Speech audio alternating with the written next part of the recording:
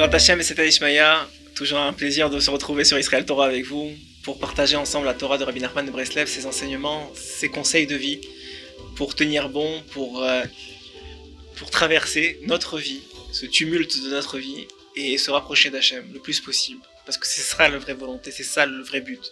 Le vrai but, c'est de recevoir le bien absolu qui nous attend au Olam Haba, qui nous attend au monde futur. Et pour ça, il faut passer par ici.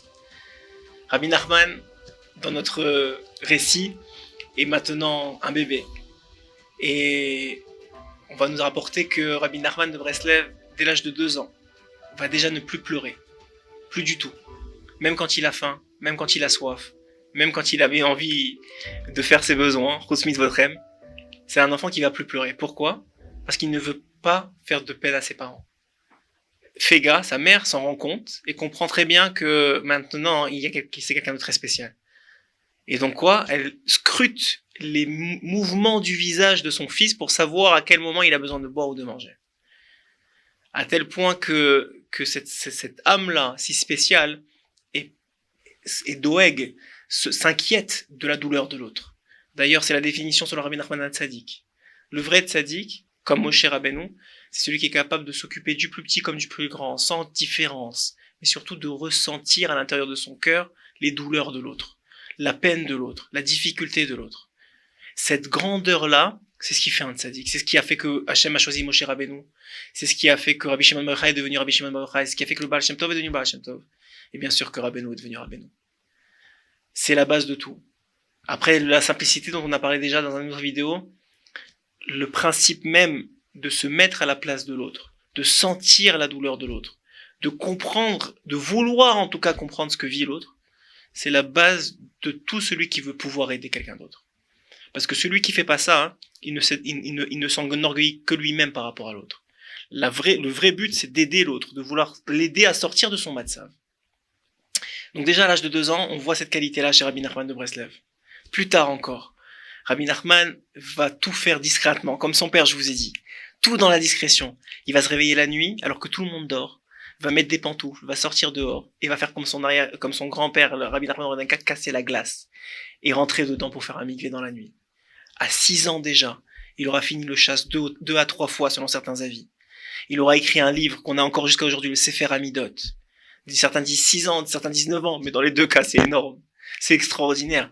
Le Sefer Amidot, c'est une compilation de tous les conseils qui sont contenus dans toute le chasse, dans toute la Gemara, les 70 traités. Vous imaginez de quoi on parle ? On parle d'un enfant qui faisait tout. Si on le voyait dans la rue, il jouait, dès qu'il y avait quelqu'un qui passait, il prenait une bille, il commençait à jouer. Pour que surtout on dise pas que c'était un illuminé. Déjà qu'on attendait énormément de lui, c'est le petit-fils du Baal Shem Tov. Il voulait que tout le monde croie qu'il était comme un enfant comme les autres. Mais derrière cette façade-là, toutes les nuits, il sortait. Il allait courir pour faire son mikvé et ensuite, les cheveux mouillés dans la glace, il allait courir sur la tombe du Baal Shem Tov, prier. Parce que s'il y a une chose qui fait grandir un homme plus que toute autre chose, c'est quand on va prier sur la tombe des tzadikim et qu'on leur demande de l'aide. Parce qu'en haut, une fois qu'ils sont partis de ce monde, ils sont encore beaucoup plus grands que quand ils étaient en bas. Et ils sont capables de faire des interventions énormes que aucune chose ne peut intervenir. Alors vous allez me dire, mais oui, mais on prie à Hachem, on n'a pas besoin de ça. Mais qu'est-ce que tu crois ? Quand toi tu pries, combien il y a d'anges accusateurs qui essaient de bloquer ta prière ? Alors que lui, quand il prie, il n'y a personne qui ose parler. Alors quand toi tu vas, et tu fais l'effort d'aller sur la tombe d'un tzaddik, et tu pries, tu pleures, tu demandes au tzaddik, interviens. Bien sûr qu'on parle pas directement au tzaddik, mais on demande, interviens pour moi. Parle pour moi auprès d'Akadosh Baruch Hu. Hachem, il dit, regarde, il a fait 3 à 4 heures de route. Des fois, c'est dans un autre pays, il a fait un voyage pour venir chez moi.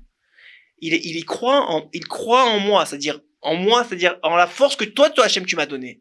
Il croit en ce que tu m'as donné, en tzadikim du Ram Israël. Regarde, tu vas pas lui répondre. C'est ton fils. Il demande pas grand chose. Il demande de se rapprocher de toi. Il demande d'être un meilleur homme, d'avoir du shalom bayit, d'avoir des enfants dans la Torah, d'avoir de la parnassa pour pouvoir faire Shabbat correctement. Qu'est-ce qu'il demande? C'est ça que le tzaddik va venir intervenir pour nous. Et déjà très jeune, comme sa mère Fega, et comme tous ont compris, que une des clés, c'est de prier chez les tzaddikim. Et là encore, il va après ça, tout en cachette. Le Shabbat, il arrive avant tout le monde. Il a quelques pièces dans sa poche. Il va d'abord les monnayer pour en avoir le plus possible. Et ensuite, il va mettre 3 pièces à la fois. Et à chaque fois, Il va faire semblant qu'il n'en a pas mis avant. Et il va faire son Ishimechut.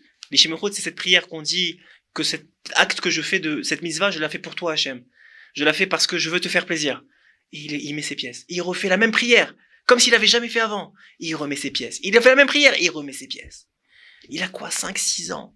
Et il comprend que le renouvellement, il shoot, c'est ça le secret. Ensuite de ça, Shabbat, il veut connaître cette grandeur-là du Shabbat, même très jeune. Il se cache en dessous du pupitre du Chazan pour écouter la prière, pour ressentir les choses. Et pour pleurer à l'intérieur pour que personne ne le voit. Ça, c'est l'enfant Rabbi Nachman de Breslev. Encore plus. Il va chercher des amis, mais pas n'importe lesquels. Il va d'abord les sonder, savoir c'est quoi leur but dans la vie. À 7-8 ans, il va leur dire qu'est-ce que tu veux faire pour... Et la plupart vont lui dire quoi? On va aller jouer. Certains pires vont dire viens, on va aller embêter, viens, on va aller jeter de l'eau sur les autres, viens, on va faire... Ceux-là, ils s'en éloignent. Et il prie Hachem de lui trouver un vrai ami. Ce vrai ami, il va faire le contraire, il va lui dire viens, on va aller jouer. Et cet ami-là va lui dire, il s'appelle Shimon. Il va lui dire quoi? Non. Il est 5 ans plus âgé que lui. Il va lui dire non, moi j'ai pas le temps d'aller jouer. Il dit qu'est-ce que tu fais? Je vais aller prier, je vais aller étudier, je vais aller faire des choses qui auront de la valeur. Et là il se dévoile, il dit alors maintenant je peux te dire pourquoi je t'ai dit ça. En vérité moi aussi je vais faire la même chose que toi. Cet homme-là, ce tzaddik-là, Rabbi Shimon, ça va devenir son shamash. Et pas seulement dans ce monde-ci, Rabbi Shimon a fait promettre à Rabbeinu que ce sera son shamash dans l'Olam Haba. Rabbi Nathan, qui a connu Rabbi Nachman bien plus tard, va dire à Rabbi Shimon quelle chance tu as. Rabbi Shimon, il est enterré à Tzfat, juste en dessous du Harizal. Juste en dessous. Vous descendez, vous voyez une grande tombe bleue juste en dessous du Harizal. C'est Rabbi Shimon, le shamash de Rabbeinu. C'est son premier ami. Encore une fois, tout dans sa vie, tout. Et Rabbi Nachman l'a dit clairement, c'est pas parce que je suis le petit-fils de Rabbi Nachman Rodenka et du Baal Shem Tov que je suis devenu ce que je suis devenu. Chacun d'entre vous, quels que soient vos parents et vos arrière-grands-parents, vous pouvez devenir comme moi. Tout ce que j'ai fait, j'ai voulu et j'ai tout obtenu par la prière. Tout ce que j'ai aujourd'hui, je l'ai obtenu par la prière et les pleurs. Et là encore, on voit la sincérité, la atmada, la persévérance qu'il a eue. Et il est arrivé à ses fins. Voilà, on s'arrête là pour aujourd'hui, on en a déjà dit beaucoup. Et on se retrouve pour nos prochaines aventures.